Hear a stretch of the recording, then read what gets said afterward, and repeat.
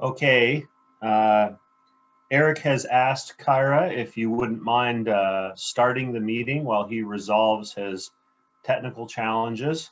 He hopes to be with us shortly. Sure. I am very rusty at this. Let's see.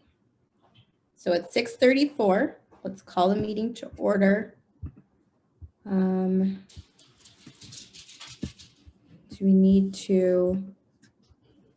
we have a quorum? All right. Sorry.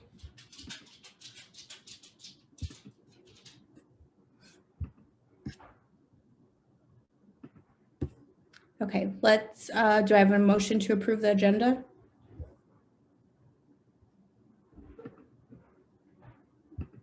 Ah, So moved. second, Second. This is Jesse. I'll second.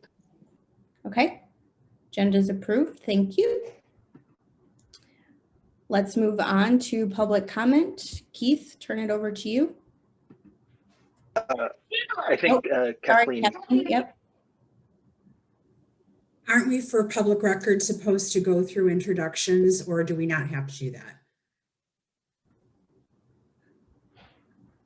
Just a point of order. It's Technically, the rule has not come into effect yet.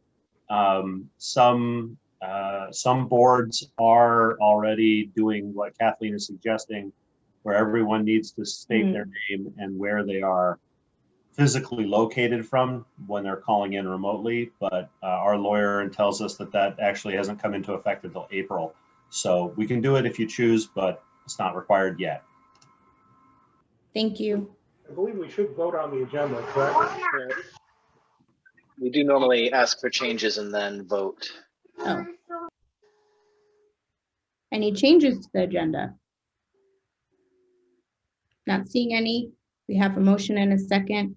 I will go through everyone to say yes or no. Roger? Yes. Raymond? Yes. Kathleen? yes. Jesse? Yes. Mike? Yes. Rich? Yes. Sue? Yes. Ryan? Yes.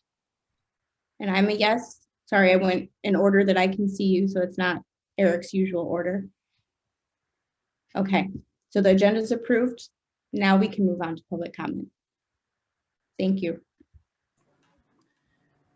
Thank you so much, Ms. Sims. I do have two individuals that have raised their hand. The first is Robert Pulowski. Robert? Can you guys hear me at all? Yes, we can. Yep. Hi, Robert. Okay. You've got 3 minutes to address the board. Okay, sounds good. Good afternoon, everyone. I hope everyone's doing okay, well, staying safe. Hope everyone's having a great weekend. The only comment I have for you guys today is microtransit, aka TheRide. The only concern with that is, and I'm pretty sure this is an ongoing issue that has been going on for the last couple, I'm going to say a couple of years or so, probably more than that, but connections with Smart. Now, the big issue with that is, you know, there's no easy way to connect besides TheRide and B2A2 that just came out. There's not very many, especially during the pandemic, they're not running. And there's not easy ways to get out to Ann Arbor or Washtenaw County in general, you know, during this pandemic. And if we get into after the pandemic, when you guys start those services up and people from Detroit cannot afford D2A2 fare or TheRide fare, that's going to be hard on them. And it's already hard enough, you know, when people are not having enough money at this point to even pay a bus fare, which I can understand completely, and I can sympathize with that. But I'm typically not going out to Ann Arbor or Washtenaw County in general because there's no way to get out during the pandemic. And and the only way to get out there is Uber or Lyft. And I don't think nobody wants to pay $20 back and forth to go from Wayne into Washtenaw County or Washtenaw County into Wayne. I don't think anyone wants to do that. So it's kind of a issue at that point. Now, Smart just had a meeting with Nelson Nygaard about a smart path where they're expanding connector into different parts of Wayne County, Macomb, and Oakland, and possibly Washtenaw County. I'm here speaking on behalf, if they don't do it, would you guys consider expanding FlexRide into certain parts of Washtenaw County that are not served and parts of Wayne County to serve those communities that don't have transit and they have an easier connection in like Belleville or the other parts, like let's just say around, well, what's the one? Rounsonville Road, let's just say that. Those areas, those typical parts, Belleville, those parts of Wayne County. Maybe FlexRide expands to the airport. I mean, if you guys could do it and Smart can, I would absolutely be thrilled if you could expand FlexRide into certain parts of Washtenaw that are not served, or Wayne County that are not served at the moment with FlexRide. And if you guys do not choose to serve parts of Wayne County, at least have FlexRide expand onto 94 and just have express service with FlexRide from the airport that goes 94 to Washtenaw County in some places. You know, it'd be great to have, you know, the FlexRide service, you know, pick up someone in Washtenaw County, then it hops on the freeway to take them to the airport instead of paying that extra money to get on air ride. If you guys can expand FlexRide into certain parts of Wayne County or get FlexRide to the airport at least, I will be thrilled to see that, and I will be giving you guys a big round of applause for that. But just to wrap this up, I want to send out a message to if there's any smart staff employees watching or RTA employees watching. We need a reliable connection, reliable, easier, and affordable connection to connect Wayne and Washtenaw County. We need it desperately, and it's in desperate need with certain passengers that really like to go out to Ann Arbor, especially that people that want to shop at Briarwood Mall or shop into Ann Arbor and make it a same-day trip. Making it a same-day trip to go into Wayne, from Wayne County to go to Washtenaw and then come back. Make it a same-day trip. We need that reliable connection to have that same-day travel. But that's all I'm going to speak on that, and I hope you guys can take this into consideration of tonight's comment that I just made, because it's really in desperate need. I hope you guys are doing well tonight, and I wish you guys a great rest of your week. Have a good night, guys. Be safe. Thank you, Robert. Keith, do we have anyone else? Yes, we do. We have Mr. Jim Mogensen. Mr. Mogensen, you've been unmuted. Yes, this is Jane Mogensen. Rachel is my wife. We haven't quite figured out how to change the profile to make this work. But I am in Ann Arbor and I live in Washtenaw County. There's an old consulting adage: you can have it good, you can have it fast, you can have it cheap. Pick two. And I bring that up because before 2014, the AATA had a real problem, a really serious structural problem. It wasn't entirely AATA's fault, but the way things had been structured in the county, there was a Title VI problem. And probably about 10 years ago, I wrote a little article called From Redlining to Buslining.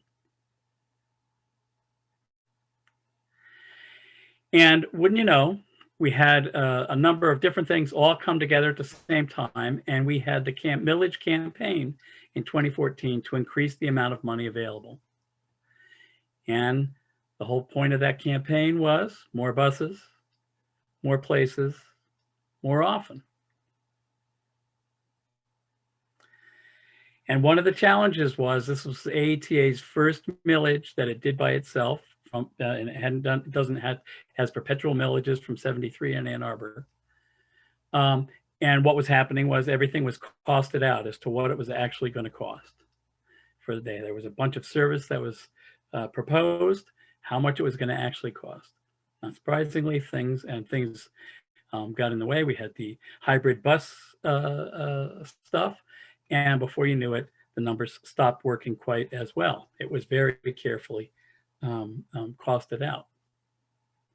So now we have this new idea right? Which is sort of like the same sort of buses.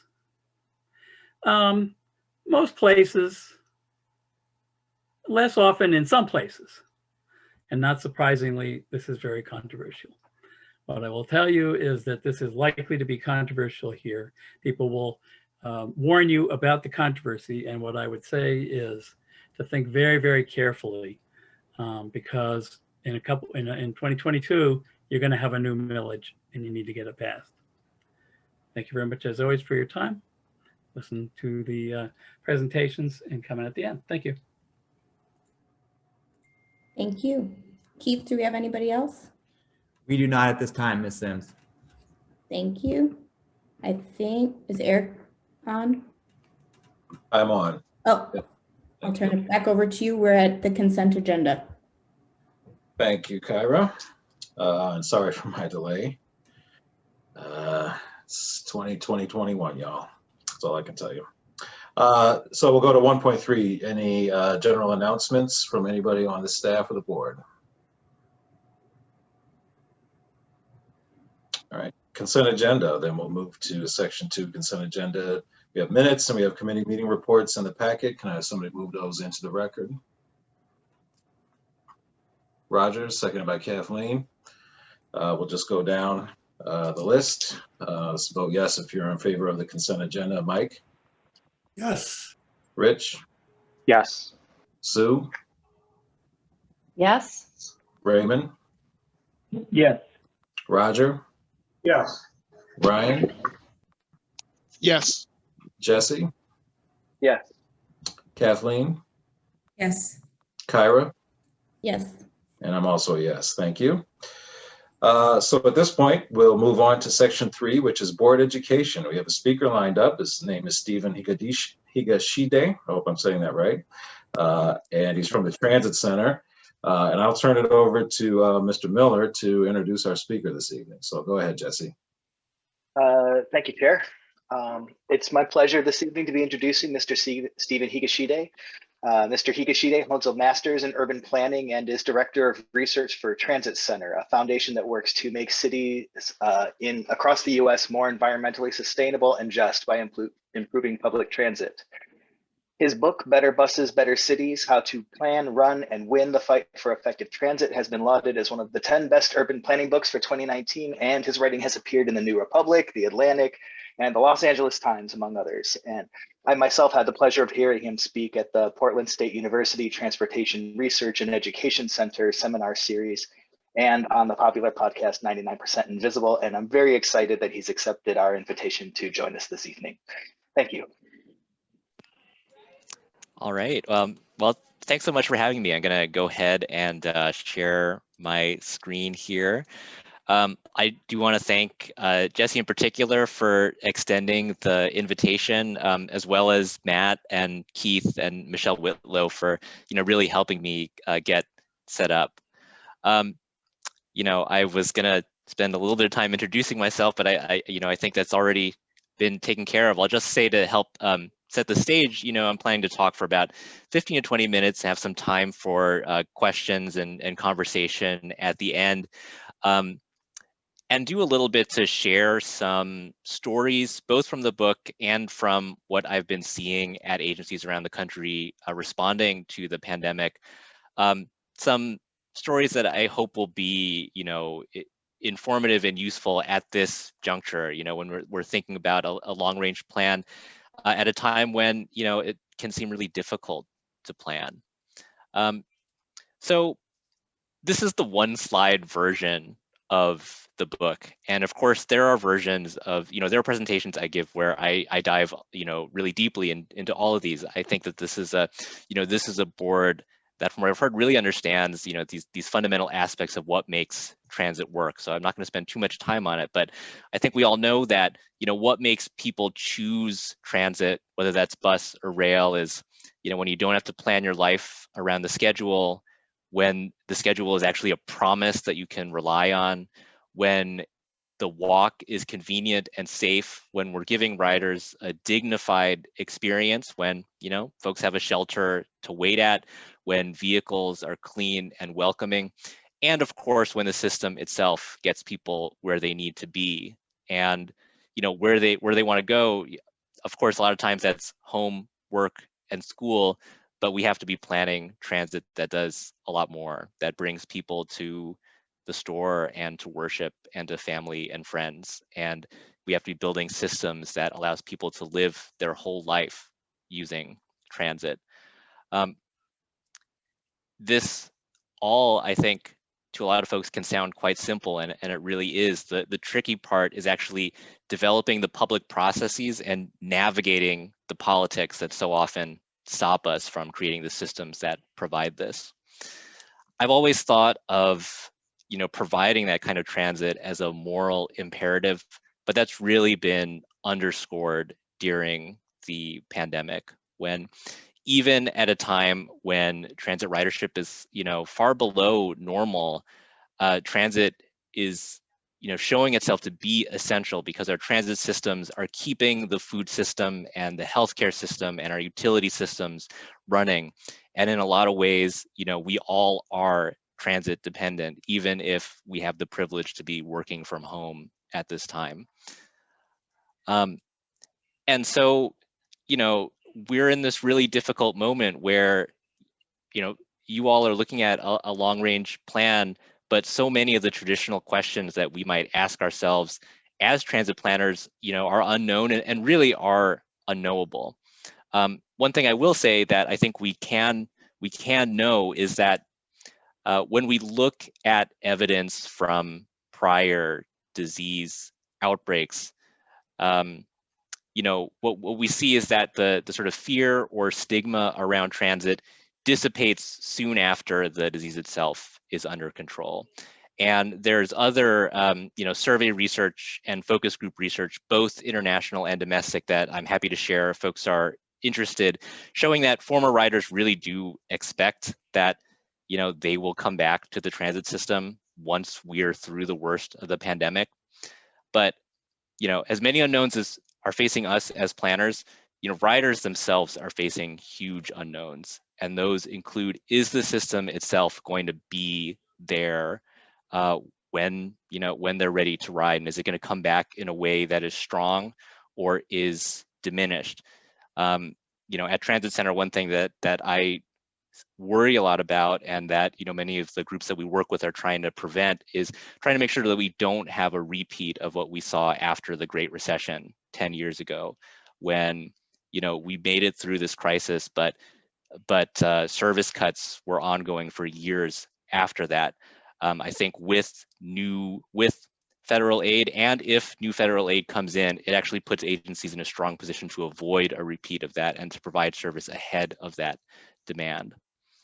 And I think as we're approaching long-term planning, we can ask ourselves, since it's difficult to predict the future in the best of times and it's impossible now, rather than trying to answer that question, how do we create transit networks and a transit agency that can be prepared for multiple possible futures?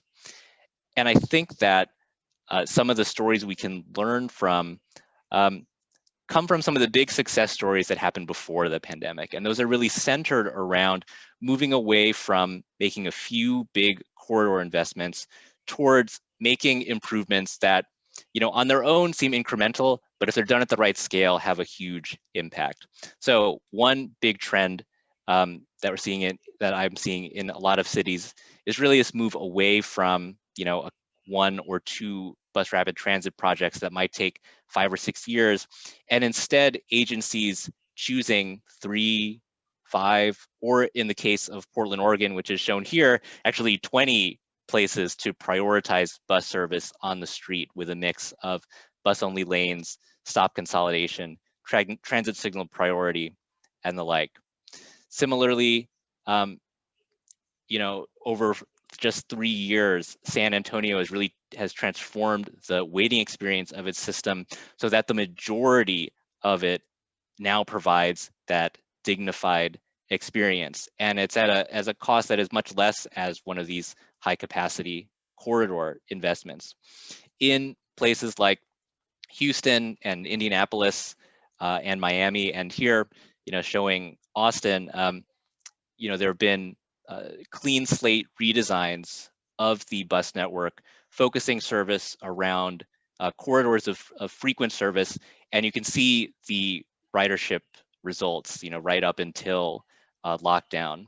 One of the reasons why I think the Austin example is so important is that, what happened after this improvement, which was focused on buses, focused on current riders, is that it built the public trust such that Austin residents in November of last year, in the midst of a pandemic and a financial crisis, really made a big bet on the future of high capacity transit in Austin. And it's because leaders there were able to show that, they were continuing to make these incremental improvements. Some of what I've seen from Transit Center as agencies have been adapting to the pandemic.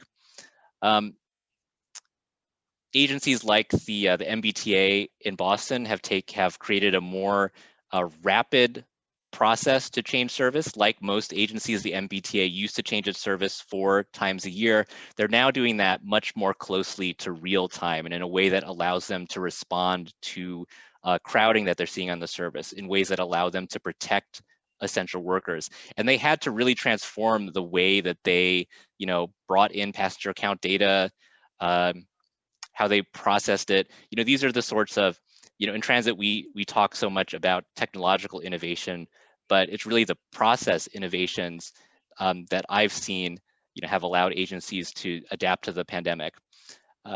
Many agencies are taking the tactical transit approach and creating pop-up lanes. And again, this is all centered around protecting essential workers and taking a process of planning bus lanes that might take months or in some cases even years, and turning it into something that takes weeks because of the imperative to protect public health. Most of these agencies are thinking about, we might talk about these as tactical or temporary, but we also want to do the public outreach to make the case for these to become permanent after the crisis. In Massachusetts, the transit agency has created an opinion panel of employers that they survey twice a month. They have a similar survey for riders and former riders, and that's important so that they're constantly getting sort of community intelligence on when employers think that they might reopen, what that reopening might look like. Want to get a sense from riders of what they view as their future habits. And I think similar to the research I showed earlier, what the surveys tend to suggest is that, folks are switching modes because of COVID concerns. That suggests that a lot of that is reversible once we're through. What do all of those have in common? I think a few different things. First, it's about building strength inside the agency such that it helps the agency adapt to the pandemic, but it's also means that the agency can adapt as cities are reopening, and even in response to future emergencies. These are interventions that could be reversed if need be, but they also are a down payment towards a street network and a transit network that's supportive of transit. And they are helping current riders, these essential riders, while also making the system, more walkable, more dignified, faster in ways that are going to help the system, build back better, to borrow a phrase, when folks are coming back. And I think a sort of final theme that I want to talk about tonight, I think one of the really important lessons from the book was about using planning processes, whether that's a long-range plan or another type of planning process, to bring community allies along. A couple of examples that I wrote about in the book, Houston's bus network redesign, they actually would bring in dozens of community partners, business organizations, other stakeholders into planning exercises and games with them very early in the redesign process, so that when they came out with the proposed new network, it wasn't a plan that was, released to the public and folks were seeing it for the first time. They had identified folks who they knew would be important political allies, accounted for their needs, and those folks were there ready to support the plan when it was unveiled to the broader public. And that's also really true in the Indianapolis 2016 transit tax victory. In 2016, Indianapolis voters agreed to increase their own income taxes in order to increase the frequency of service. This happened because of a broad coalition of groups. So on one hand, you'd have folks like the Chamber of Commerce and realtors and young professionals organizations really asking, is Indianapolis a competitive city? Is it a place where we have access to workforce? Is it a place where young people are going to want to stay? And at the same time, you had faith-based organizers and organizers in communities of color asking, is Indianapolis a fair city? And really explicitly drawing links between things that not everyone might see as related, like mass incarceration and lack of access to opportunity on transit. But they, those are part of the same problem. So those, of course, are really different ways of framing the same challenge. But what was the transit agency's role? The transit agency's role was keeping all of these groups in the loop as it advanced a new system plan, and actually having a plan that was responsive to those needs. Indianapolis is another place where the community had to go through this transition away from one big bet to citywide investments. For years, the priority of business leaders was a light rail system to the airport. But what was the plan that actually mobilized the public? It was about providing frequent bus service across the city and demonstrating that that was going to benefit low income folks. It was going to benefit communities of color. It was going to benefit everyone. And so I want to to wrap up here and say that as planners, as leaders, we can't, of course, predict the future, but we can always be asking ourselves, going back to those transit fundamentals, what can we do today to make a system that is more frequent, more convenient, more dignified? How do we do that in a way that we are benefiting today's riders, today's essential riders, while also building towards that stronger future that we want? So I just want to thank you. I know that that I really like to go deeper in certain places, and I'm looking forward to your questions. Great. Well, thank you, Stephen. We really appreciate it, and that's a lot of good information. And your book is outstanding. I had a chance to skim it leading up to this week. So I'll open it up to board members who may have questions about some of the slides, some of the information. We may refer to some of those slides. So I can't see. Let me see. Anybody have their hand up right away? Oh, and let me also just say, if there are questions that we don't have time to get to here, I'm happy to do some follow-up via email. Great. Right. Who wants to go first? And the staff can jump in too if there's anybody from the staff who wants to.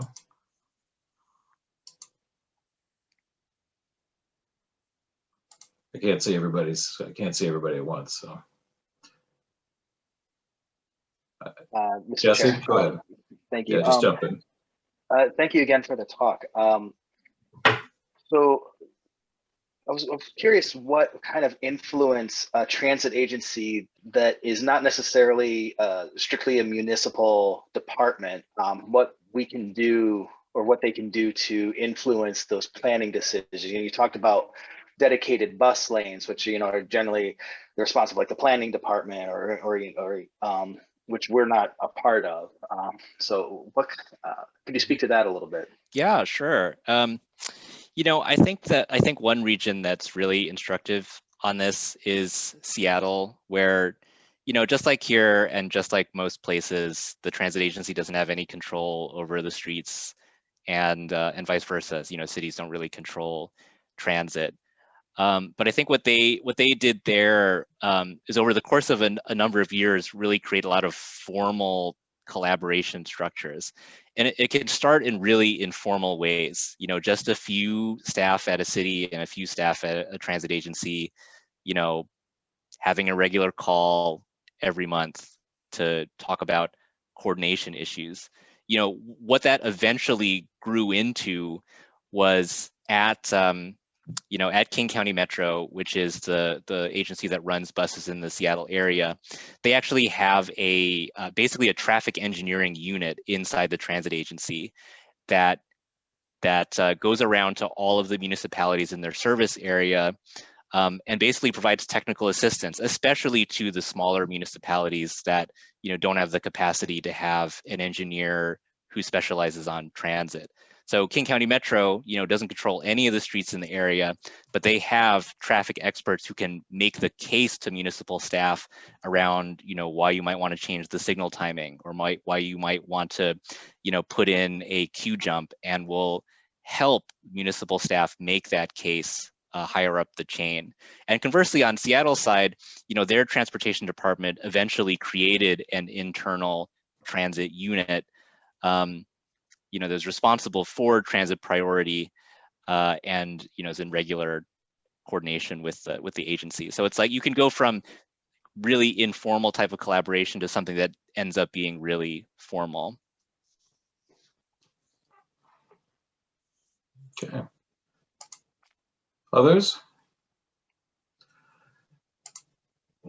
I have a particular question myself, which was about the, as you started to talk about the move from the BRT to kind of more citywide priority, everywhere type of model, showing that, hey, these incremental changes around the city made a bigger difference.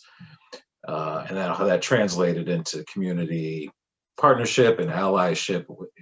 If you know or can explain, maybe talk about what were the 2 or 3 biggest drivers for transit agencies to engage, like Indianapolis, Indigo, or any of these other municipalities, MBTA, who convinced their community partners and the ridership in general, like, this is worth your time. What were the 2 or 3 biggest driving factors to get the public behind these movements and increase their funding and increase their utilization?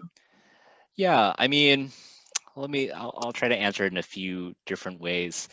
I think that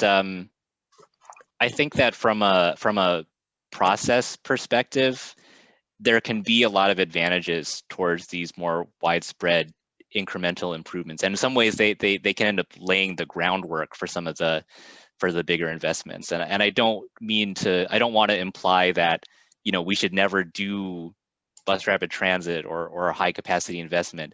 It's more that I've sort of seen again and again that in a lot of places, agencies might have been stuck on trying to get political support for a major project, and meanwhile riders and the public aren't seeing any improvements really. And I think that's what the shift to incremental improvements does, is you start to be able to demonstrate to people in a much shorter time frame that their trips are getting better.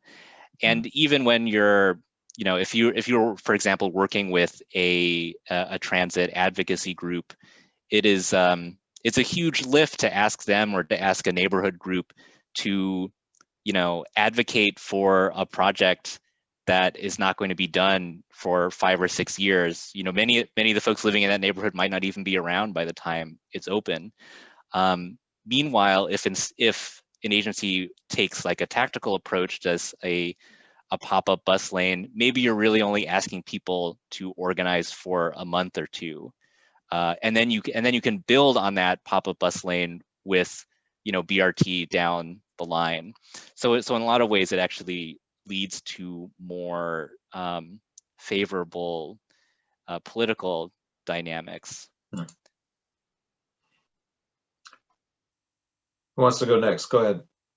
Just jump in if you've got a question. I can't see everybody at once, so don't bother to raise your hand. Just jump in. Okay, Matt or anybody from the staff want to jump in? Go ahead. You're talking about very tactical things, which is essentially staff working with other city or regional staff. With this approach, how do you see the board's function in that? Because we're not, we're not involved in the smaller tactical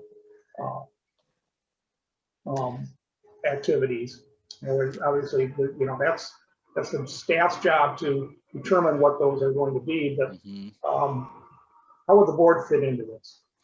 I think I think especially in this moment where I know folks are weighing a long range plan, a big part of the board's role is actually, I think, to be a little bit of a bridge between those tactical improvements and this promise that like we're also going to do bigger, greater things in the future, and to be sort of ambassador to community groups that are going to be really important to organizing the public support for that plan.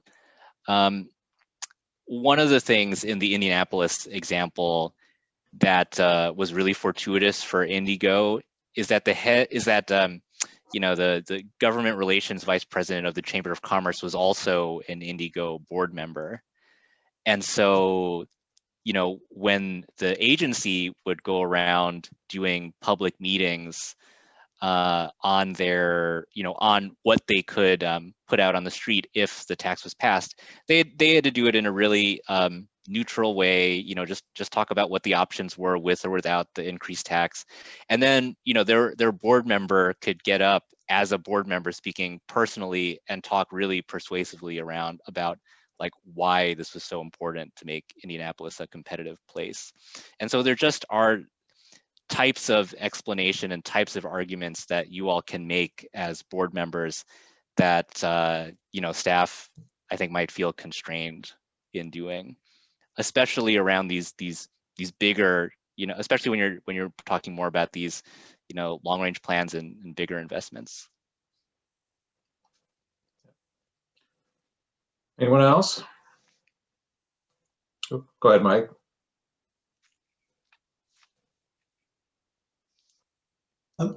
Thank you. I really found your views regarding spending money more effectively on a number of small projects all over rather than concentrating on one or two mega projects. That has a lot of attractiveness, I think. And you cited like Indianapolis, Boston, I think Seattle, all are pretty big cities compared with our service and the area that we cover. Particularly, we have some areas where the density of the population is very small, is very spread out. And so we feel it pretty important to be able to have those people have service. But of course, we, like every other transit and transportation organization, has limited resources. And we are debating frequently how to balance being able to provide service to the very low density areas relative to providing and trading that off against service that would be more frequent to the higher density areas. I'm interested to hear any of your thoughts on that dilemma. Mm-hmm, mm-hmm. Yeah, I mean, it's a perpetual question, and I don't think that I can, I don't know that I feel comfortable making a prescriptive recommendation as someone is coming from outside the community. I mean, I do think that it is it's a pretty hefty decision to have to take away someone's service, and I think that when I look at, for example, transit agencies that are redesigning their networks, it often begins with the intent of being a cost neutral exercise. But what usually ends up happening is that there ends up being at least a little bit of an increase, because the agencies decide that, yes, they often decide they do want to move towards more frequent ridership oriented service, but they have to sort of, plus it up a little bit so that they're not leaving, they're not abandoning some of the coverage areas. And I think that, we have to balance, not causing harm to folks who are served today against creating more efficient systems. So, I know that that's not a very it's not a very definitive answer. It's one of the, like, I think, the toughest questions that that you all face as board members.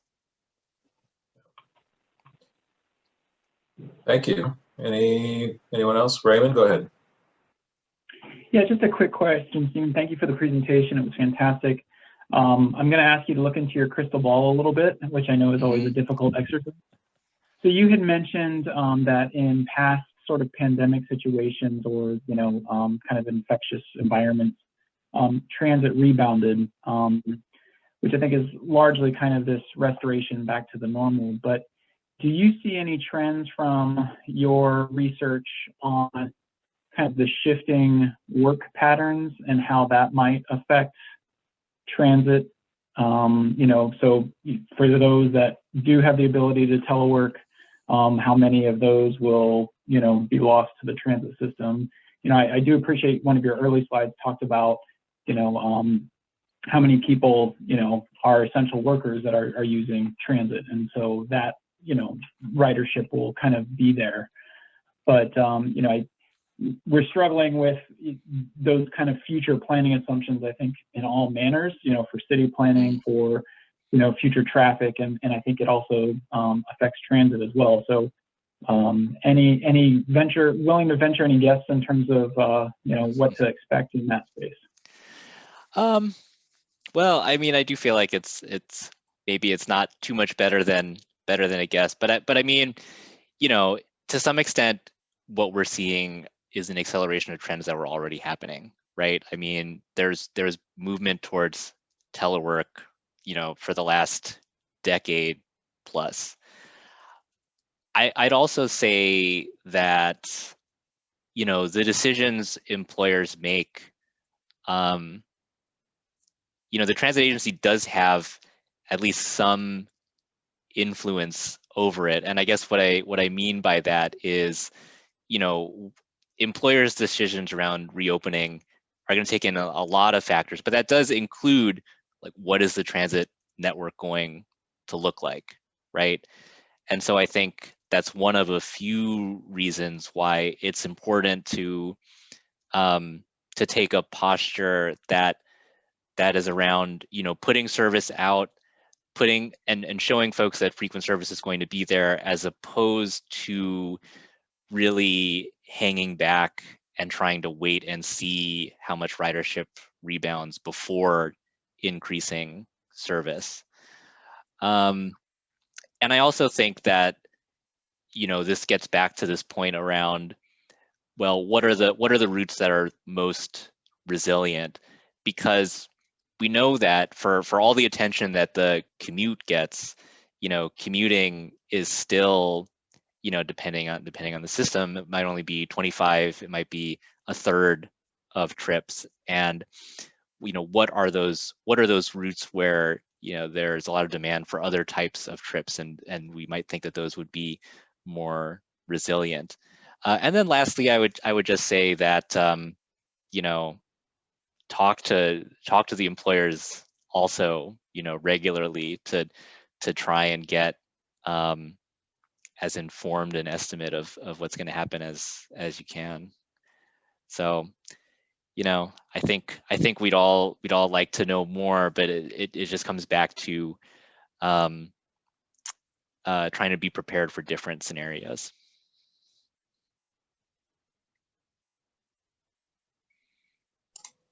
Thanks, Stephen. Anybody else? So thanks, Stephen. I'm one of the staff members here. Just quickly going back to your, point about engaging stakeholders or critical groups from the beginning, or kind of an ongoing process. I totally agree. But I think a lot of systems you reference to are larger systems. They have some staff resources, and they can balance the technical work or the public engagement. But for a system like our size, we got 100 buses, about a $40–50 million budget. What is your advice for staff members to balance, all the stakeholder public engagement and the technical work, and of course everything else? So. Yeah, I mean, I think in a lot of ways, this actually is a kind of a board question in a few different ways. The first is that I do think, particularly at small systems, board members can play a really important role in making and maintaining those community connections. Obviously not necessarily in the way that you would do in a formal public engagement process, but in terms of bringing stakeholders along, board members can play a really important role there. And I think also that, I think that, and again, it's more of a larger agency thing right now, but I think that more and more agencies are recognizing that you do actually have to put more resources into public engagement. We can't treat public engagement as something that, we're asking our service planners and project managers to just do on their nights and weekends. We can build teams that are focused and have the expertise in community engagement.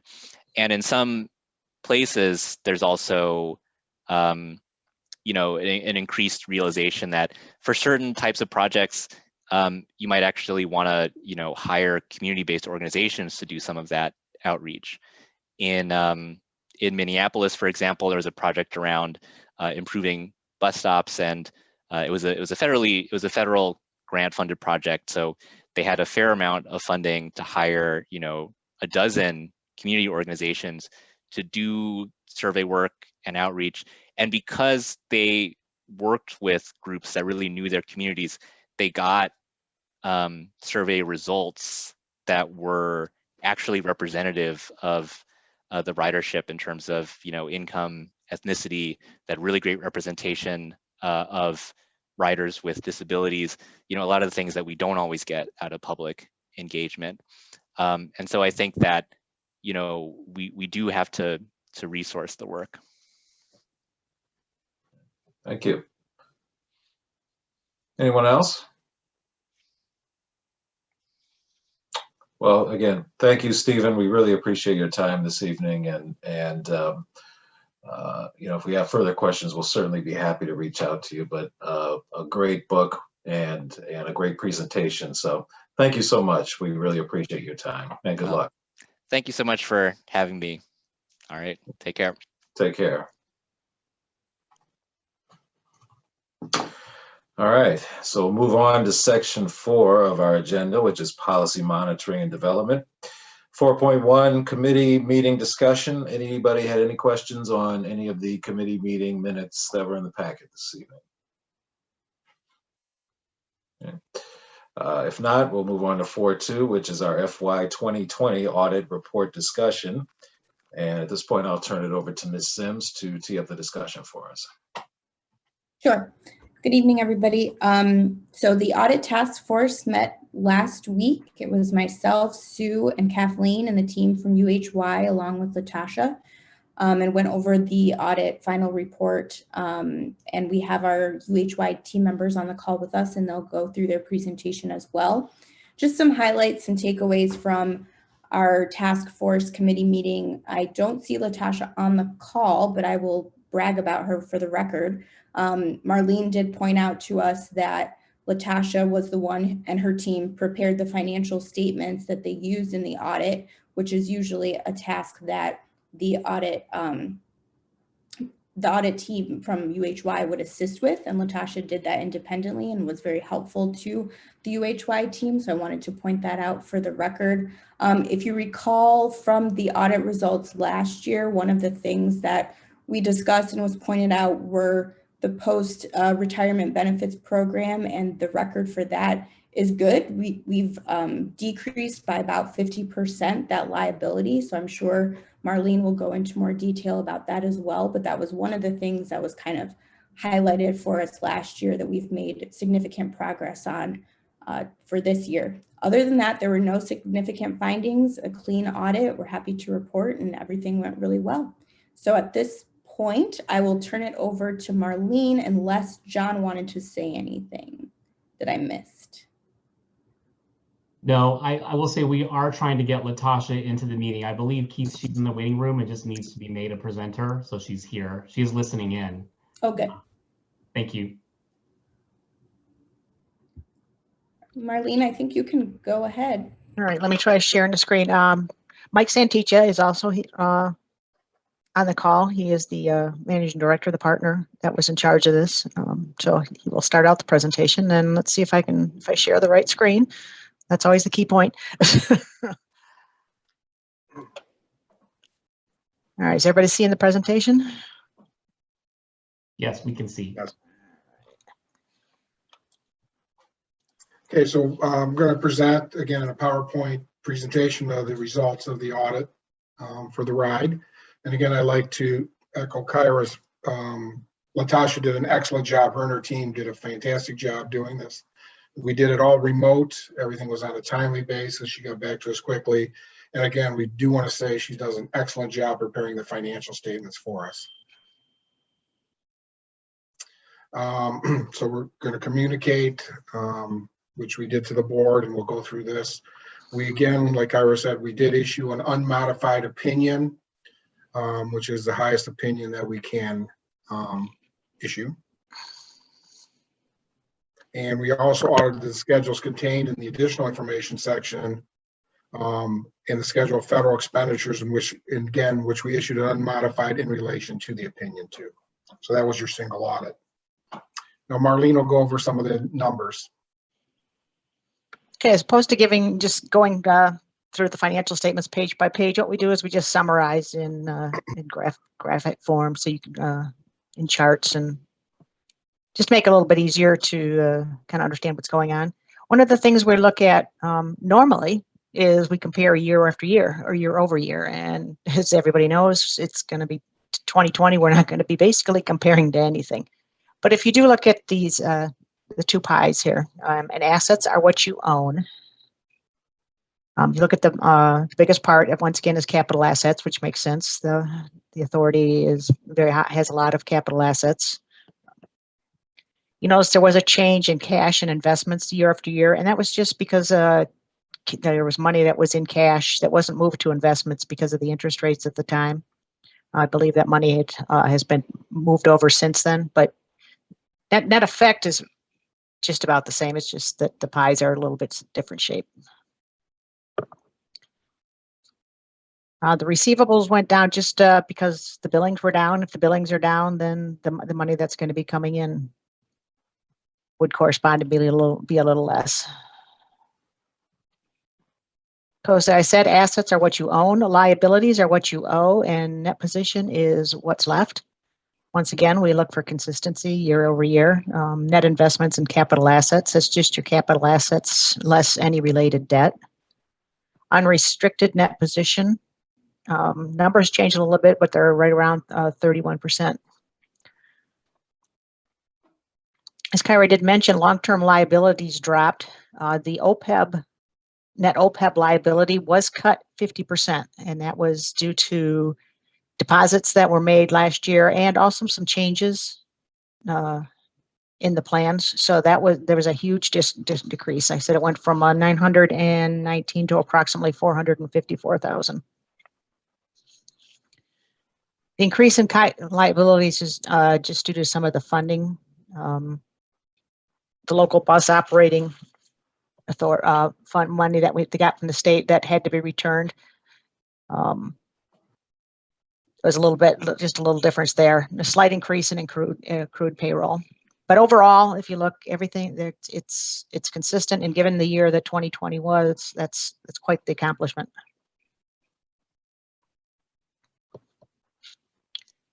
This slide is revenues and expenses, and again, we just kind of look at year to year. And once again, as you will see, 2019, the operating revenues as compared to 2020 cut about 50%, which is, given the way things happened, is kind of what we were expecting to see. Operating expenses also went down, which means the authority was quick to act in getting expenses and getting them under control.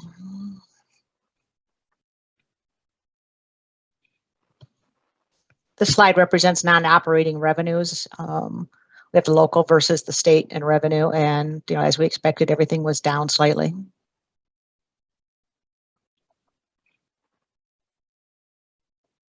This just breaks apart the operating expenses by operating, maintenance, and general administration. And once again, as I mentioned earlier, the expenses were under control. We did see the reduction as we expected to see, with the reduction in revenue and the reduction in services. This is the one slide that went up. This is the schedule of expenditures of federal awards. And if you spend more money on federal awards, that means you got more money in federal awards. Now, there's a significant increase from the CARES Act money of about 1.4 million. And then there was some other related grants that went up. So even though the grant operating grants were down, the federal operating money was up. And like I said, a good portion of it was the CARES money.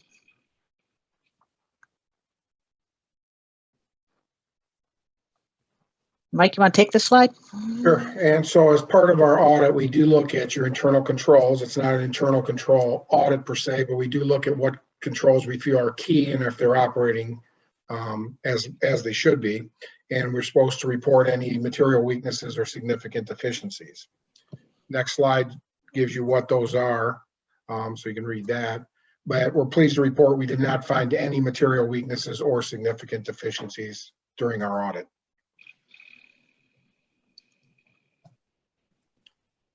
And also the federal expenditures, which is very important that you're complying with what the grants and the monies say they're for. We're happy to report that we didn't find any instances of non-compliance, and we did report that to the government when we submitted our single audit. And I think that's pretty much our presentation, if there's any questions. Thank you, Mike and Marlene. Maybe Latasha, if there's anything else you wanted to add about the process of the report, now that you are on, feel free to do that. If not, I can open up to the board for any questions. But go ahead, Latasha.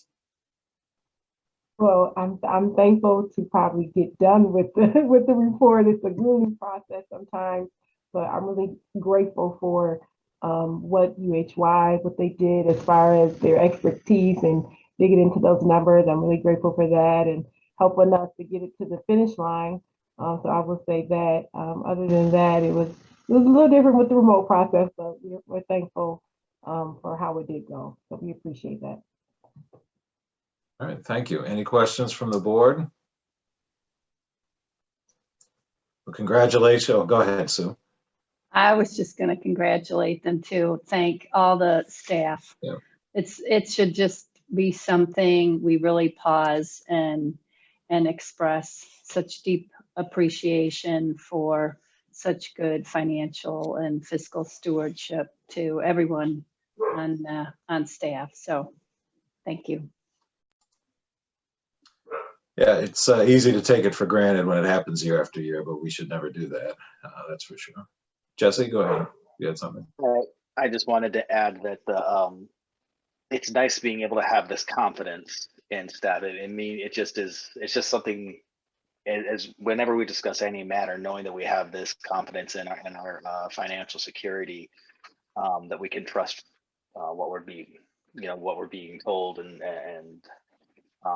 it just makes the whole every other subsequent decision that much easier. We just don't have to worry about it, as Eric was saying, and it definitely needs to. We're very lucky. So thank you very much for all of your hard work on this. I know, thank you for doing the hard work so that you can make our job easier. Thank you.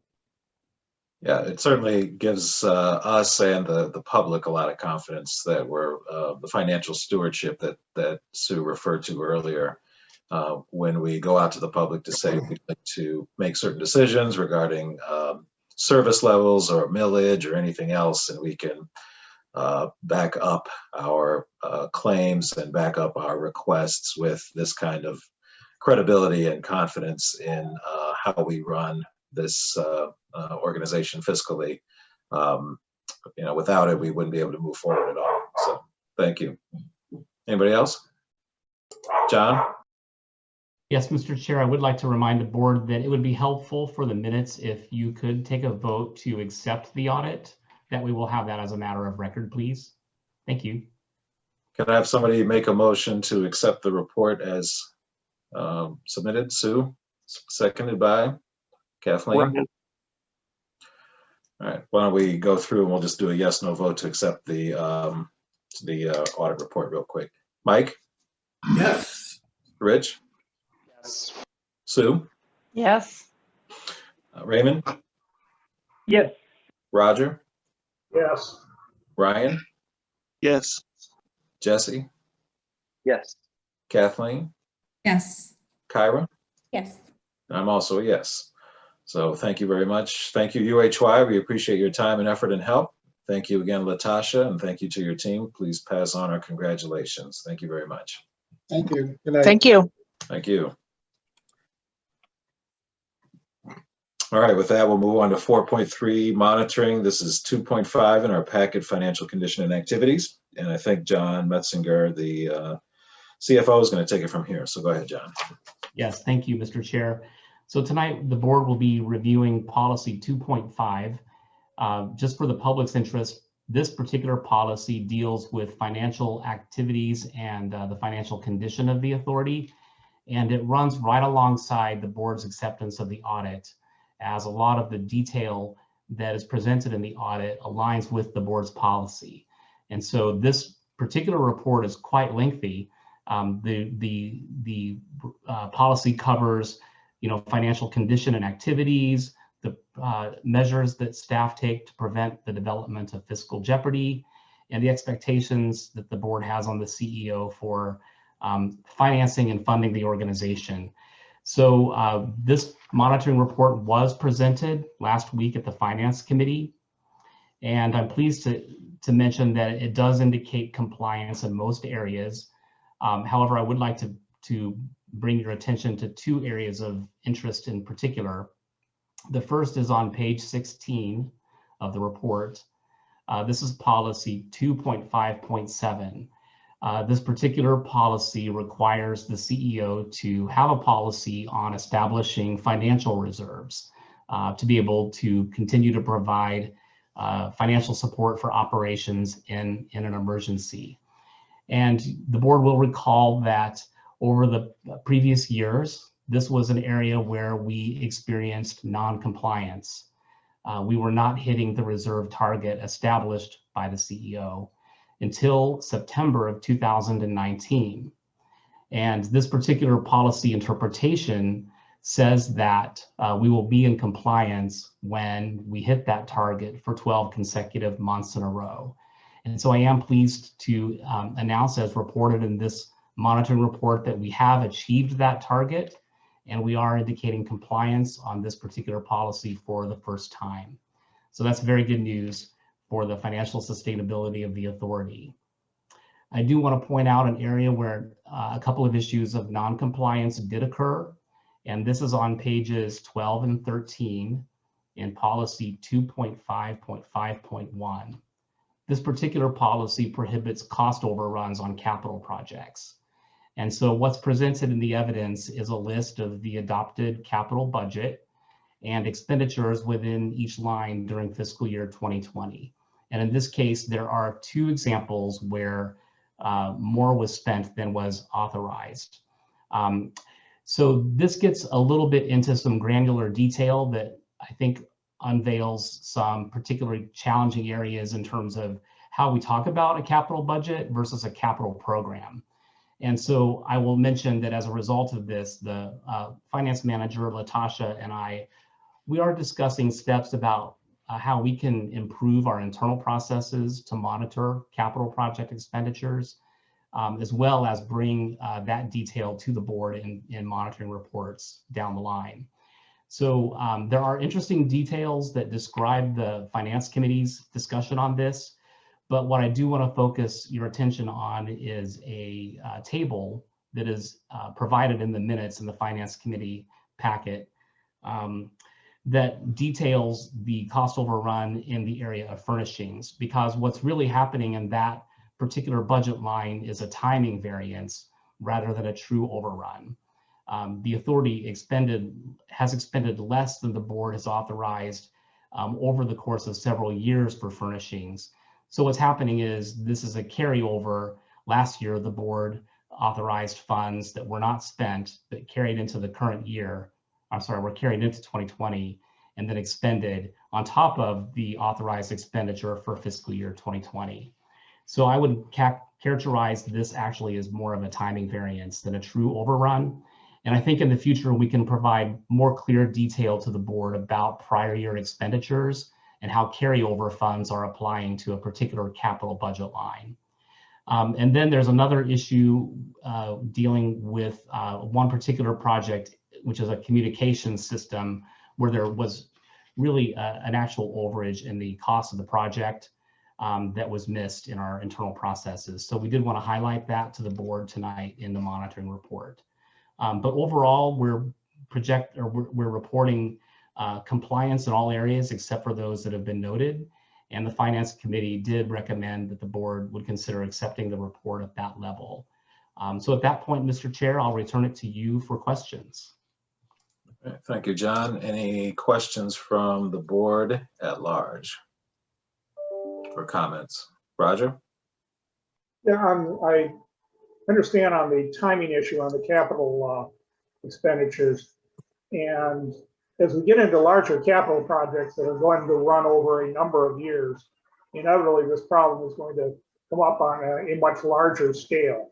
So I'm no financial expert, but yes, if you can come up with a method that shows that we are actually within budget on a capital project, even if we are over budget in a particular year, I think that would be helpful. Thank you. I will mention that in some respects, there's a silver lining in experiencing this type of a situation and monitoring today, when these projects are relatively small in scale and low risk, that we can certainly take steps to improve internal processes so that when the big projects come, we'll be able to present to the board with confidence. Mike? John mentioned that the furniture overrun was really a timing issue, which is certainly the case. The communication equipment, he didn't explain, but I think we discussed it in our Finance Committee meeting. It really is a to me, I would call it a classification issue.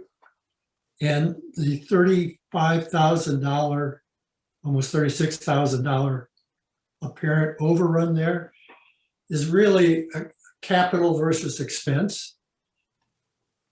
To replace this communication equipment, it took a total of X dollars of capital, X dollars of expense. But the way we budget is only for capital dollars. In this particular project, more fell into the capital and less into the expense. And therefore it looks like a overrun. But if you look at the capital and the expense together, it was not. And to me, the most important thing is the total dollars spent and controlled, not necessarily how they were classified, although it's helpful to see how they're classified. So in other words, I don't see any kind of a problem really in either of these overruns, other than the way we've been doing our capital budgets. And as John said, they are going to be looking at maybe doing capital budgeting a little differently next year. And I think actually in the CEO's interpretation of these compliance or non-compliance, I think he could have easily interpreted both of these as being compliant through a different interpretation. And I personally would have been okay with that. So I think they did a remarkable job. And I hope everybody's gone through this. It's a very lengthy list. And I think they did a remarkable job of complying in all of these areas. And these two things that John just mentioned are really just kind of the way that they're reported. Thank you, Mike. And they say lawyers are shifty. It's really the accountants that really are, well, if you look at it this way, it really, Anybody else? Okay. Thank you, everybody. And I think we're going to move then to recommend, I assume, Mike, your recommendation for adoption then will still be at the level B, except as items noted? Yes, that is right. Okay, can I have somebody second that? Kyra? So we'll vote then on level B, adopting the monitoring report as compliant except for items noted, and we'll just go through the list. Mike? Yes. Rich? Yes. Sue? Yes. Raymond? Yes. Roger? Yes. Ryan? Yes. Jesse? Yes. Kathleen? Yes. Kyra? Yes. And I'm also yes, so that passes unanimously. Thank you. Thank you, John, and thank you for the Finance Committee's work to review this. Appreciate it. We'll move on then to item 4.4, which is the monitoring report of items or policies 4.0 to 4.4, which are also in your packet starting on page 55. Once again, the board graded itself pretty well in terms of adhering to our own policies, so good to see that. This board has high self-esteem, which I like to see. Any questions or comments about the monitoring report or any of the comments in the monitoring report, either from the board or Matt, if you want to jump in with anything and your thoughts, go ahead. Anybody from the board? Mike, go ahead. Yeah, I thought it was kind of remarkable looking at 4.4.4 that we had 5 always and 1 never. But I think if you look at the comments at the very end of the report, having to do with the reasonable person standard, that's probably why that 1 person voted never. But it seems to me we have certainly talked about the reasonable person standard, at least in the past. And maybe somebody didn't recall that or wasn't on the board when we did discuss that. And I think we all agreed to it. Anybody else? Roger? No. Okay. Anyone else?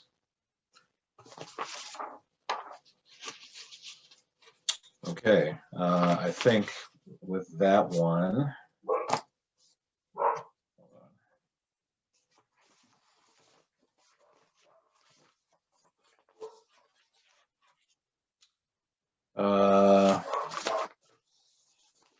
move to adopt that? I don't know if we have to do that. I don't think so, but that's fine. All right, well, so we'll move on then to item 4.5, which is the LAC Task Force report, which is a report out from Kathleen. Ms. Mozak, if you're prepared, go ahead. Thank you, Chairman Mahler. The LAC Task Force met with our governance coach, Rose Mercier, at the start of February this year, and Mr. Carpenter was also in attendance with the task force.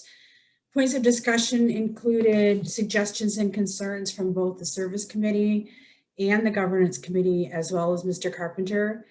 And from that meeting, Ms. Mercier made changes to the policy language, I think, that was presented at the last governance meeting, and where those policies should be placed. There were some concerns about that.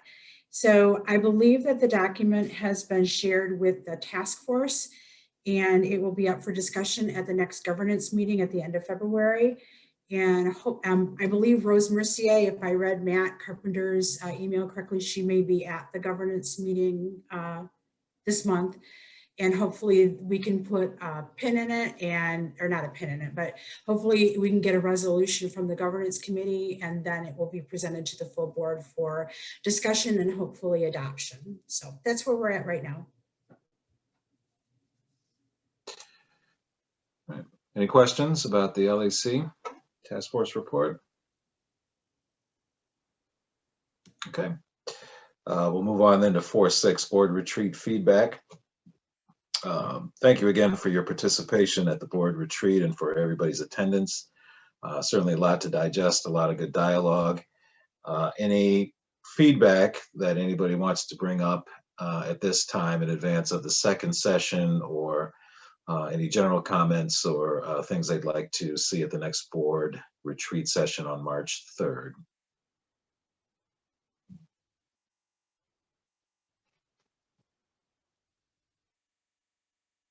Okay. Mike, go ahead. Yeah, I think it was a very good beginning. But the most difficult part is obviously still ahead of us. Our next retreat meeting will be very important, and I suspect it will be worthwhile to have some other sessions on the same topic. But I think we did have a very good beginning. Agreed. Anyone else? Okay. All right. Thank you, everybody, again, for your participation at the retreat. We look forward to session number 2 coming up in a few days. So with that, we'll move on to section 5, strategy operational updates from the CEO. And 5.1 is the federal funding update. And I think this is going to be presented by John. Yes. So we just wanted to bring to the board's attention tonight that an update on our federal funding status.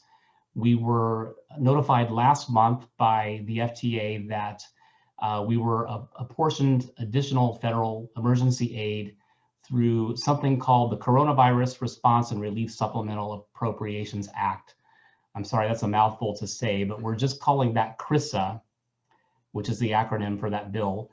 And that funding is coming to the RIDE in addition to the CARES Act emergency aid that was authorized last spring. So the board will recall last year that plans for the use of funding was to spend the funding slowly with respect to the fact that there was concern about long-term financial sustainability and risks to the RIDE's regular funding sources, including passenger fares and state operating assistance. We did begin spending the CARES Act funds last year, and as just was reported in the audit, we spent 1.4 million of CARES Act funding last year. Since then, we've spent another nearly 1.5 million in the first quarter of 2021. You'll be seeing that next month on the first quarter financial report.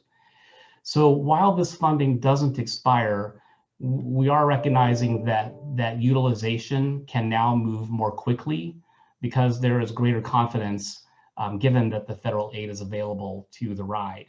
So we just want to let the board and the public know that staff intend to bring a budget amendment, a proposal for a budget amendment to the board next month. And along with that amendment, we'll be providing clear details on a spending plan to ensure that these funds are fully utilized in the coming times.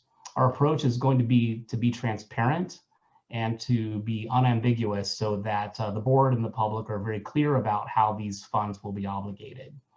I'll just provide a bit of a preview that the continued focus will be upon the long-term financial strength of the authority. But meanwhile, we will be able to advance progress on some key capital projects. And so we'll be providing some details on that next month. I think that's really all I wanted to say tonight, unless there are questions. So I'll return to the board at this point for questions. Thank you. Any questions? All right, thank you, John. Any questions about that? Well, you'll be presenting and expecting a decision on that amendment both next month, correct? Well, there is time. So we certainly want to introduce this proposal, and we're willing to take the time that you as a board need to work through the information that's presented. So if it looks like you're ready to go next month with a budget amendment and approval, then that would be great. But I've been thinking that this is, something that we're doing over the next couple of months. Okay. Is this going to work through Finance Committee first or just come straight to the board? We're actually going to be bringing a preview of this to the Governance Committee next week, and then it will also appear on the other board committees, Finance and Service Committee next month, before coming to the full board in March. Okay, thank you. You bet. Any other questions?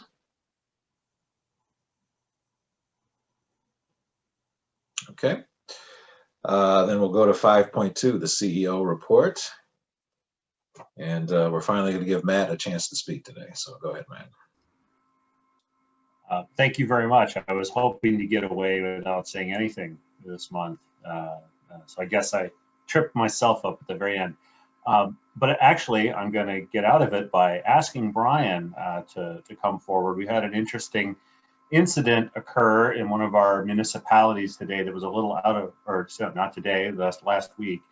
That was out of the ordinary, but a good example of the sorts of things that we do that don't always get noticed by the general public. So I wanted Brian to tell you a little bit of a story of what happened. Brian. Thank you, Mr. Carpenter. Good evening, members of the board. This past Monday in the afternoon, we got a call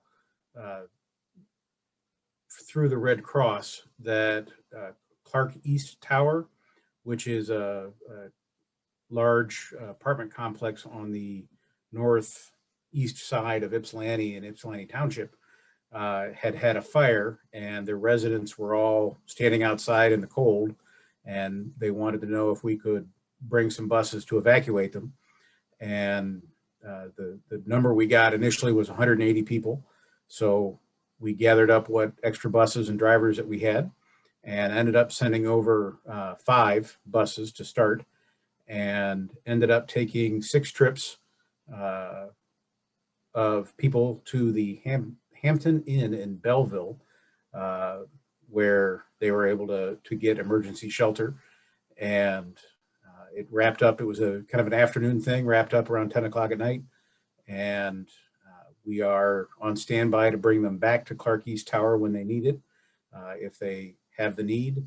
And anybody who had a ride for a ride, we're going to be honoring it from the Hampton Inn, so that folks, particularly any medical trips that need taken, they are not missing out on any of their medical trips. And it's something that we don't get called on to do a whole lot, but when we do get called on, it's something that we're in a unique position to help.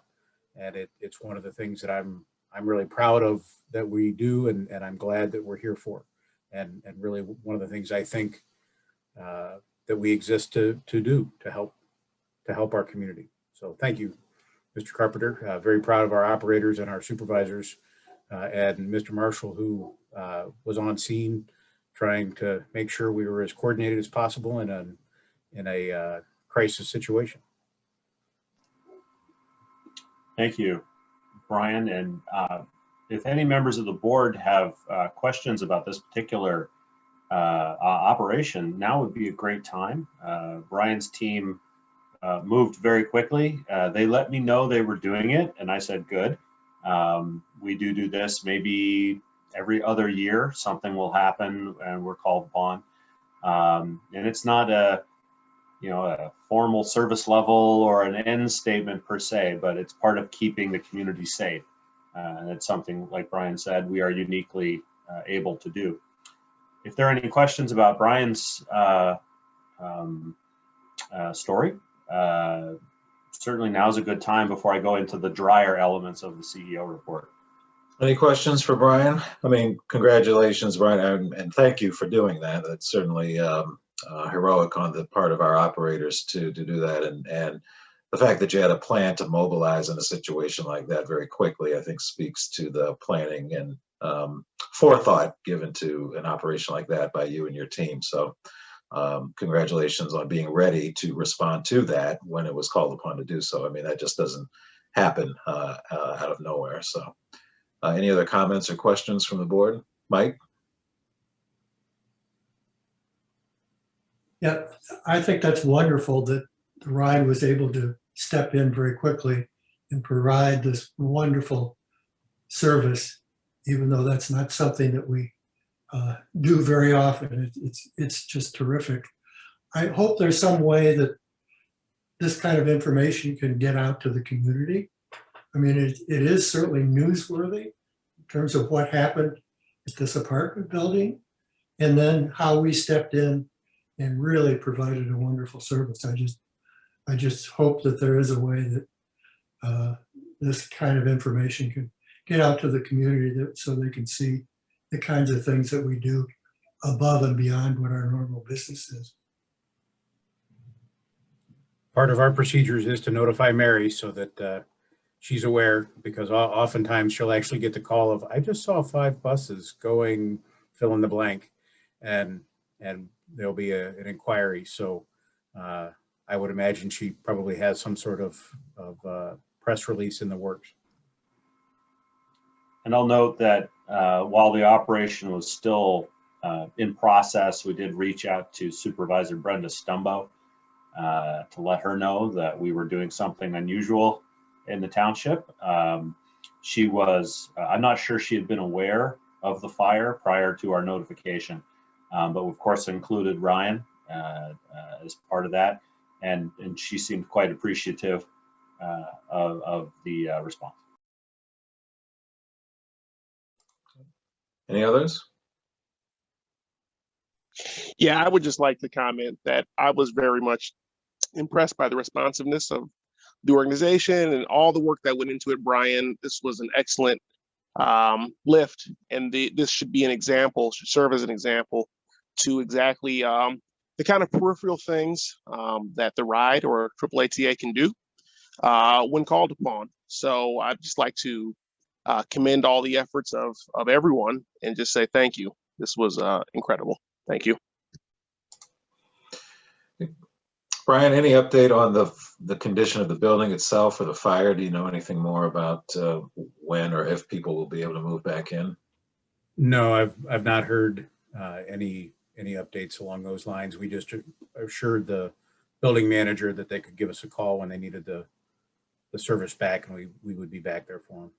Okay, thank you. Anybody else?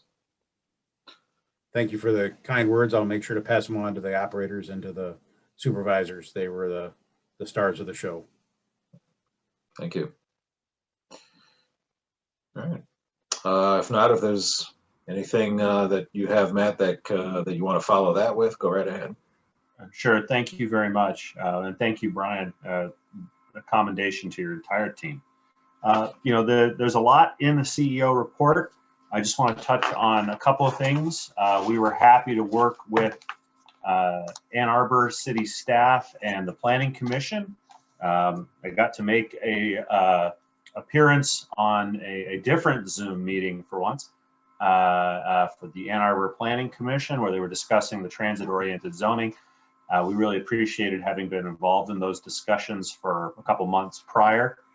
So that is moving forward, and there's a newspaper article linked in the discussion. Certainly a lot of passion in the community.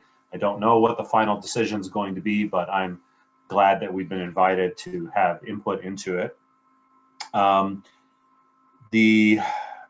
think what I should mention the most was the Watts Policy Committee meeting and ongoing discussions with the RTA.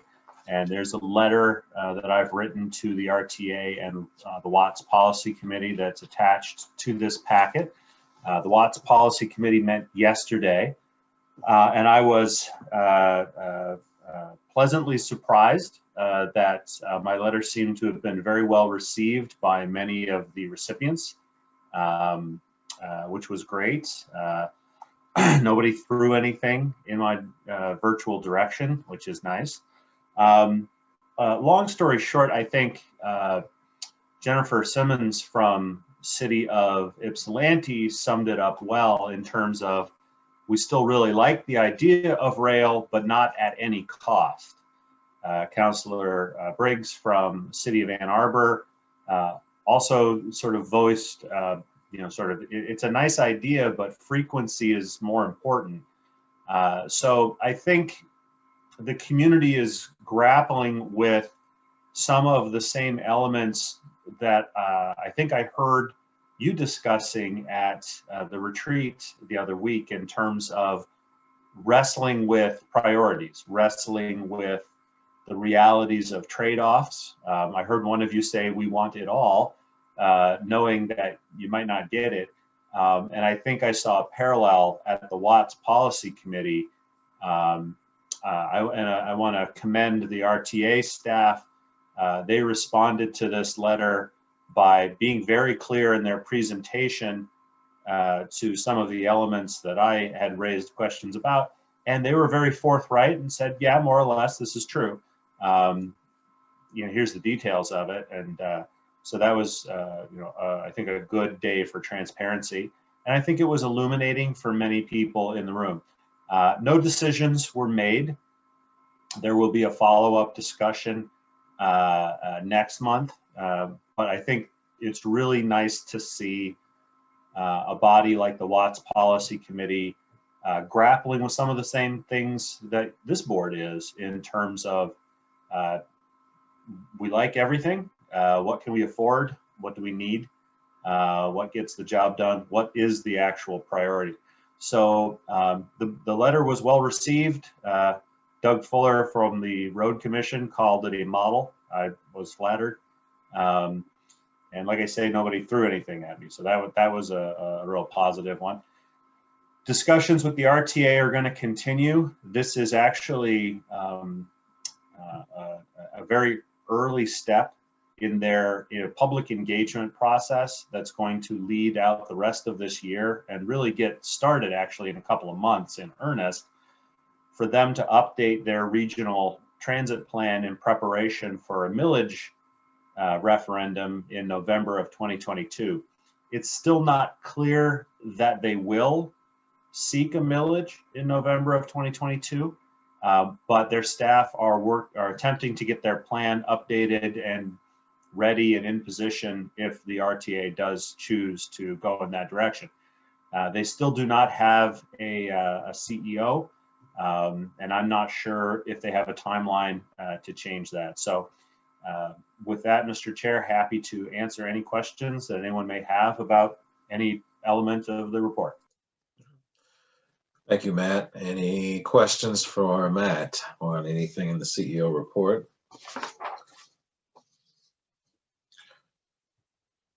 Oh, Jesse, go ahead. Thank you, Matt.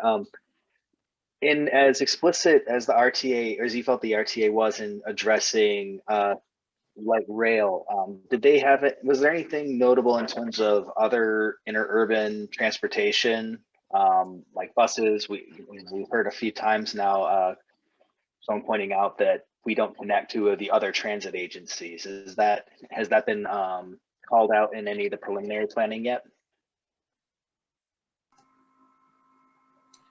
Mr. Higashide earlier today, I think, sort of summarized his book. And when I went through the book, it really struck me as a reaction to a tendency to focus on mega projects, particularly rail projects, to the detriment of more modest, but frankly cheaper bus options. And in this particular context, that may be a very apt parallel. That may be a good chunk of what sort of happened, is that the interest in the commuter rail has sort of crowded out discussions about other options. Councilor Briggs from City of Ann Arbor did make sort of an explicit parallel, like you're saying, to the Detroit to Ann Arbor service. It's called out in the letter, but she acknowledged that we can get a lot more frequency of trips through bus services than it looks like we'll be able to get through rail. And that does seem to bear out in the RTA's economic analyses. So, like I say, no decisions were made, but I think the policy committee has recognized, perhaps for the first time, the very large investment that would be implied by the commuter rail, and is starting to think about what are the alternatives. So I think the next meeting in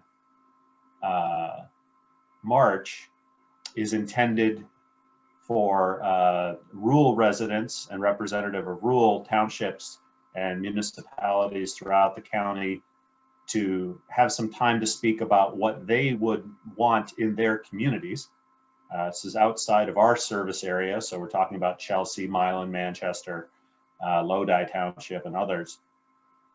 And of course, we have opinions and discussions with the RTA about what we would like to see in their plan as well. So hopefully those discussions will continue. Roger, did you have a question? Go ahead. Not really a question, just as in the distant past, I was one of the instigators of interest in rail in the area, but the numbers that are being presented and clearly make it not a wise decision to continue to try to push commuter rail when you can, as Matt mentioned, you get twice the frequency with buses at a tiny fraction of the operating costs and virtually no capital costs. So to me, it no longer makes any sense to try and pursue that project. Thank you. Anybody else? One other question I had on the report, Matt, was you had a very brief comment under the mobile ticketing line and said plans to increase use by A-Ride customers are being considered. What is your timing for that, and when do you think that might be launched? I'm going to subtly point at John and see if he might be able to answer that question. Of course, thank you. And you know, I have to confess, I don't know the answer, but I do know that our community relations staff is working on that. And so we'll certainly follow up with them and bring that information back to you. Thank you. No, I mean, it just seems like it's so successful that, you know, the quicker we can expand it, the better. But anybody else on the CEO report? Mike? Now that we're talking about the mobile ticketing, one thing that isn't clear from the information there, certainly nice growth, but there's no indication of like what proportion of the total ticketing is done this way. That would be interesting to know. Yeah, and I can respond. It's a really small proportion. It's probably something like 1% of our total ridership. So, you know, this is still very new. It was launched in September. And so what I think is encouraging to see here is that there's a great growth trend happening. And certainly with more promotion and more users signing up to use mobile tickets, I would expect to continue to see growth trends like this to where it becomes a more significant portion of ridership. Thank you. Anyone else? Okay. Any emergent business that we need to discuss that didn't make its way onto the agenda? Closing items then, section 7, board retreat part 2. That is March 3rd. For the public's information, you are invited to attend. That will be an open meeting. And then on our topics for next meeting, as stated on the agenda for tonight, we have the investment policy, communication and support, and then our Q1 service and finance reports. Any questions about those or anything we missed? We'll move then to public comments, 7.2.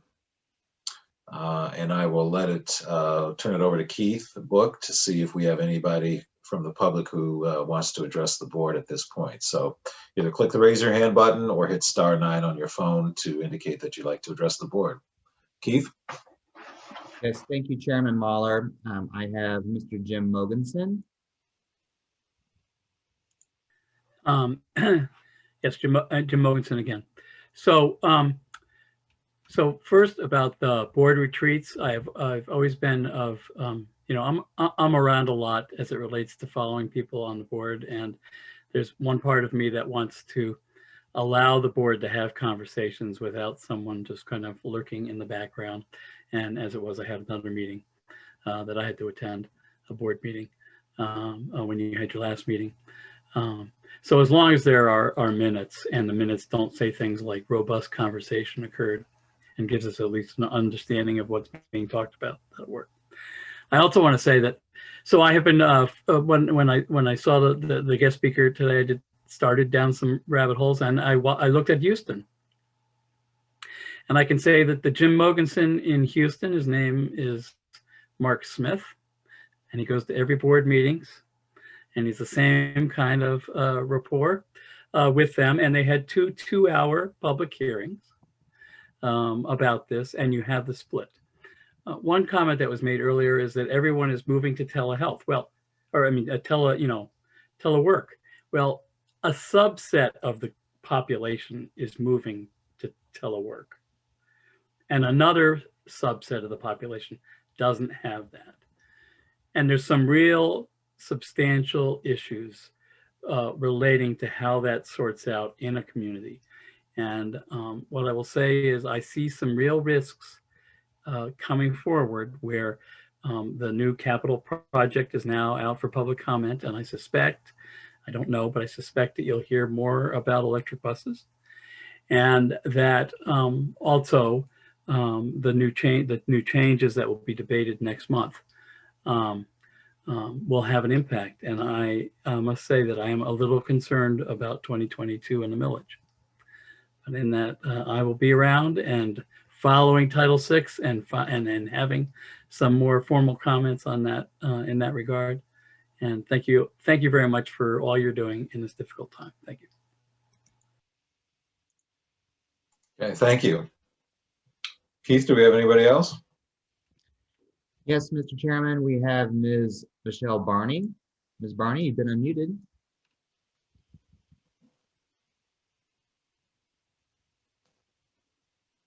Go ahead, Michelle.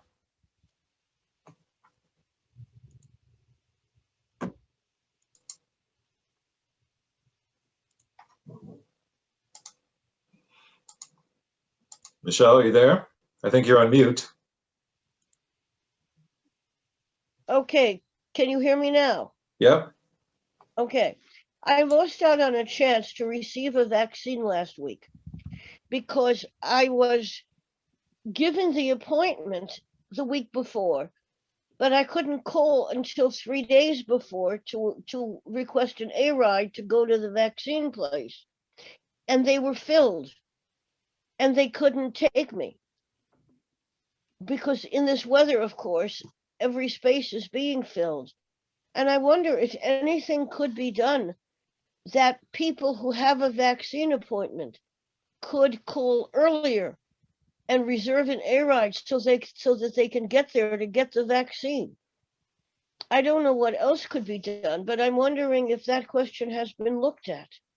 Thank you. Okay, thank you. Something to consider. Keith, do you have anybody else? We do not at this time, Chairman Muller. Okay, then we'll close the public comment portion and we will go to 7.3. There's been a request to go into closed session per the Open Meetings Act. And if I could have somebody make a motion to do that. Kyra, would you like to do that for us? Yep, I'd like to make a motion to go into closed session pursuant to Section 8D of the Open Meetings Act to discuss the purchase or lease of real property. Okay. Can I have somebody second that motion? Seconded by Ryan. Okay, thank you, Ryan. We'll vote then to go into closed session. Yes for accepting that, no for not. Mike? Yes. Rich? Rich? Yes, sorry. Sorry. Sue? Yes. Raymond? Yes. Roger? Yes. Ryan? Yes. Jesse? Yes. Kathleen? Yes. Kyra? Yes. And I'm also yes. So at this point, we will go into closed session and close out the public board meeting at this point. The link to the closed session was sent around by Keith Book earlier this afternoon. So please go to that link and close out of this board meeting, and then we'll reopen this board meeting later when we're done with the closed session. So please close out of this and reopen that second board link that was sent around earlier. So we'll see you in a minute on the other side. Thank you.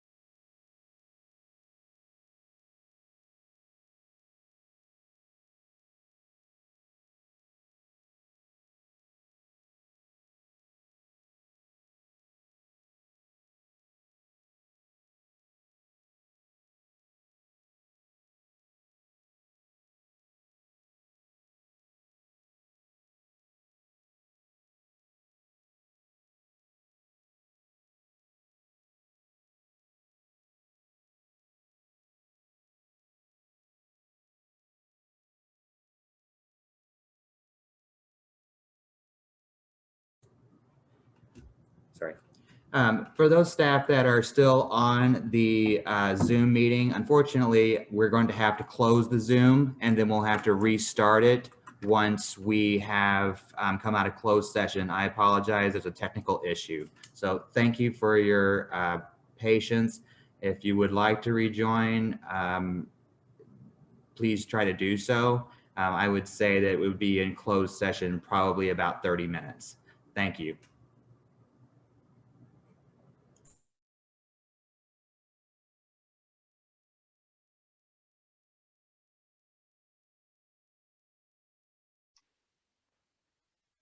Yeah, I was just checking in. There's no one in the go-to meeting.